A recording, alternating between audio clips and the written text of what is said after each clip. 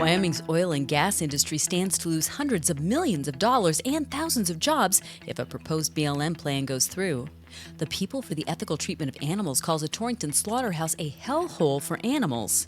And Casper's drunk drivers are driving drunker. We'll take a look at these stories and more today from Wyoming's largest news organization. I'm Wendy Corr for Cowboy State Daily. Wyoming's oil and gas industry could get slammed by more than $900 million in lost revenue and lose nearly 3,000 jobs under proposed changes in how federal land is managed in southwestern Wyoming. Cowboy State Daily's Pat Mayo reports that oil and gas producers are concerned that the Rock Springs Resource Management Plan is an attempt to take off the table a lion's share of the 3.6 million acres managed by the BLM's field office in the Rock Springs area. The oil industry and gas industry here in the state of Wyoming is upset because the BLM's using data that's all kind of funky and messed up, because it's data from 2013. And it's making a lot of assumptions that the gas and oil industry here is saying that it's not true. The animal advocacy group, People for the Ethical Treatment of Animals, or PETA, is accusing a Torrington slaughterhouse of inhumane animal treatment and demanding a criminal investigation. But Cowboy State Daily's Claire McFarland spoke to the business owner, Kyle Peterson at Wyoming Ranch Foods, LLC, who said the accusations come as a complete surprise to him. PETA sent out a press release on Wednesday accusing this meat processing facility in Torrington of essentially animal cruelty, saying they were whipping and twisting the tail of this injured cow and depriving other cattle of water. I called the owner of the facility. He said, "This is a complete surprise to me. I didn't know about any non-compliance claims. I did not get the press release. I did not get the USDA report that they're citing." Well, after former President Donald Trump's dominating win in the Iowa Republican caucuses Monday night, Wyoming U.S. Senator Cynthia Lummis said there's only one conclusion to be made for her party.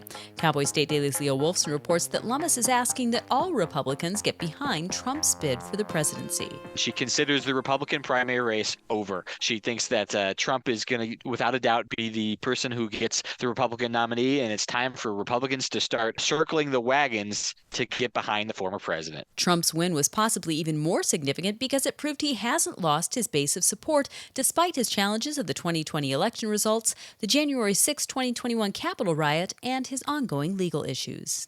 I'll be back with more news right after this. The weather's turning oh so frightful this time of year, but those excavation projects, they will persevere. I'm Jan Warren for One Call of Wyoming, here to remind you that no matter how big or how small your digging project is, contacting 811 2 full business days before you begin is required by state law. So stay safe unwrapping presents, not utility lines. From all of us at One Call of Wyoming, happy holidays. Casper's police chief is alarmed by the number of drunk drivers in Wyoming's second largest city. Cowboy State Daily's Dale Killingbeck reports that not only are the number of arrests up nearly 50% from the year before, drivers arrested are more intoxicated. He's very concerned about the level of blood alcohol content that he's seeing in drivers that are being pulled over for alcohol-related incidents. He's telling the community that they really need to step up a little bit to plan what they're going to do when they go out for a night and plan on drinking, whether have a designated driver or get involved in the city's Safe Ride program. Police Chief Keith McFeeters said drunk driving arrests in Casper were up 46% last month over December of 2022. For all of 2023, McFeeters said drunk driving arrests were up 13.5%. And columnist Sally Ann Shermer is a proud Wyoming football fan. In her column this week, Sally Ann said there's no better ambassador for the Cowboy State than Buffalo Bills quarterback and former Cowboy Josh Allen. Nobody wanted him out of high school, went to a junior college. Nobody wanted him out of a junior college except Wyoming. And I mean, it's a fairy tale story. I mean, the Sports Information Office at the University of Wyoming did a study in Josh's last year at UW, right around the time of the draft and all of that. Every time Wyoming was mentioned, every time Josh Allen was mentioned. I mean, it was a tourism campaign that the tourism office here would love to have. I mean, it just does great things for the whole state. Sally Ann says when the cameras pan the end zones at Highmark Stadium and you can always see that gold buck and horse flag, that's worth more than any tourism ad.